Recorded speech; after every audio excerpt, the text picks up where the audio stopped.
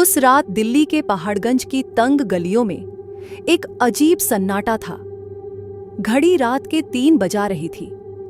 ठंडी हवाएं दीवारों से टकराकर अजीब आवाजें पैदा कर रही थीं।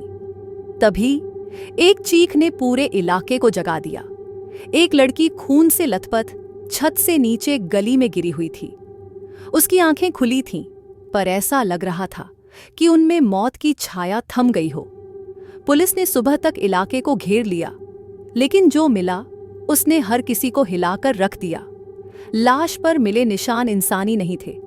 क्या ये कोई दरिंदा था या फिर किसी अदृश्य शक्ति का प्रकोप? इस सवाल का जवाब जानने के लिए आप सभी से रिक्वेस्ट है, वीडियो को अंत तक जरूर देखें और कहानी पसंद आए तो वीडियो को लाइक कर चैनल को सब्सक्राइब करना ना भूलें।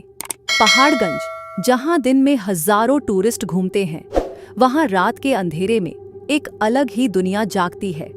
यह कहानी शुरू होती है एक पुराने जर्जर होटल से, जिसका नाम है होटल निर्जन। होटल का मालिक गोपाल एक बूढ़ा आदमी था जो हमेशा चुपचाप रहता था। लेकिन उसी होटल के कमरे नंबर 13 में एक लड़की रुकी थी जिसका नाम था आर्या। आर्या दिल्ली आई थी अपने दोस्तों के साथ घूमने, लेकिन किसी वजह से उस रात वह अकेली थी। पड़ोस के कमरे में रुके कुछ टूरिस्ट्स ने बताया कि आर्या रात के करीब 2 बजे अचानक चीखती हुई अपने कमरे से बाहर निकली थी। वो चिल्ला रही थी, वो मुझे लेने आ रहा है, बचाओ। लेकिन कोई उसे बचा नहीं सका। पुलिस मौके पर पहुंची और जांच शुरू हुई। आर्या के कमरे में खून के छींटे दीवारों पर थे। अजीब बात यह थी कि खून की बूंदें छत तक पहुंची थीं, जैसे किसी ने उसे ऊपर उछाल दिया हो। कमरे में किसी के भी जबरदस्ती घुसने के निशान नहीं थे। पुलिस को बिस्तर के नीचे से एक पुरानी किताब मिली। वह किताब हिंदी और संस्कृत में लिखी गई थी और उसमें एक पन्ने पर खून से कुछ लिखा हुआ था। वह ब्रह्म पिशाच लौट आया है, उसकी भूख कभी खत्म नहीं होती। पुलिस ने होटल के मालिक गोपाल से पूछताछ की। गोपाल ने बताया कि यह होटल 50 साल पहले एक रईस आदमी ने बनवाया था, लेकिन तब से लेकर अब तक यहां अजीब घटनाएं होती रही हैं। उसने कहा, कमरा नंबर 13 को मैं हमेशा बंद रखता था, लेकिन आर्या ने जबरदस्ती उसी कमरे में ठहरने की मांग की थी। मुझे उससे मना करना चाहिए था। गोपाल की आंखों में डर साफ झलक रहा था। उसने धीरे से कहा, यह सिर्फ एक कातिल नहीं है, यह ब्रह्म पिशाच है जो पापी आत्माओं को खा जाता है।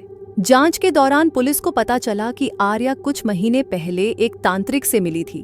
वह अपनी जिंदगी में चल रही परेशानियों के लिए समाधान ढूंढ रही थी। तांत्रिक ने उसे एक चेतावनी दी थी, तुमने जिसे परेशान किया है वह सिर्फ इंसान नहीं है, उसका हिसाब चुकता होगा। आर्या ने तांत्रिक की बात को नजरअंदाज कर दिया, लेकिन अब यह घटना उस चेतावनी को सच साबित कर रही थी। जैसे जैसे पुलिस जांच आगे बढ़ी और अजीब बातें सामने आने लगीं, आसपास के लोगों ने बताया कि उन्होंने आर्या की मौत वाली रात गली में एक काले साये को घूमते देखा था। वह साया इंसानी नहीं लग रहा था। पुलिस की फाइल में एक चौंकाने वाला तथ्य भी जुड़ गया।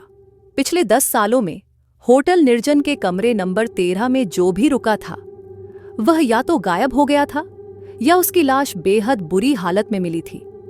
पुलिस ने इसे किसी मानसिक रूप से बीमार सीरियल किलर का काम समझा, लेकिन शवों पर मिले घाव किसी इंसानी औजार से नहीं थे।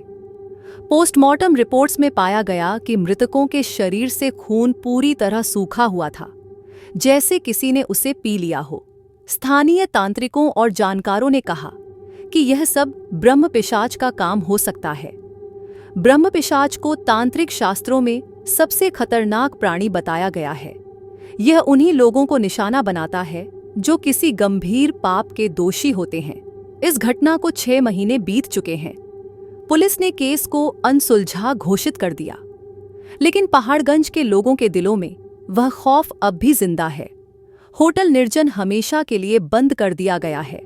कहते हैं, उस काली रात के बाद से जो भी उस इलाके में रात 3 बजे जाता है, उसे एक अजीब सी सरसराहट सुनाई देती है। कुछ लोग तो यह भी दावा करते हैं कि उन्होंने गली में एक काले साए को देखा है। तो क्या यह एक खतरनाक कातिल था जिसने ब्रह्म पिशाच की कहानी गढ़ी, या फिर सच में यह किसी अलौकिक शक्ति का खेल था? सच क्या है, यह आज भी एक रहस्य है। आपको क्या लगता है, यह सब किसी वहशी इंसान का काम था या सचमुच ब्रह्म पिशाच का आतंक? अपनी राय हमें कमेंट्स में जरूर बताएं और ऐसे ही रोमांचक किस्सों के लिए चैनल को सब्सक्राइब करना न भूलें।